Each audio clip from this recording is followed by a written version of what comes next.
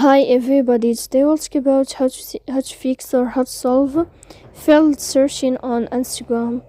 To know how to fix or how to solve failed searching on Instagram app, you should just go to settings.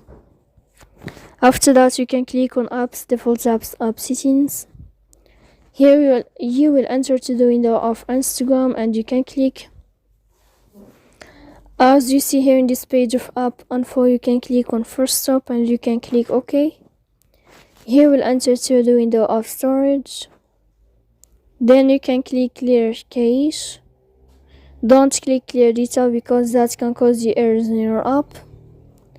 In the end, you can turn on your airplane mode and you can wait a moment or 3 seconds to turn off your airplane mode again.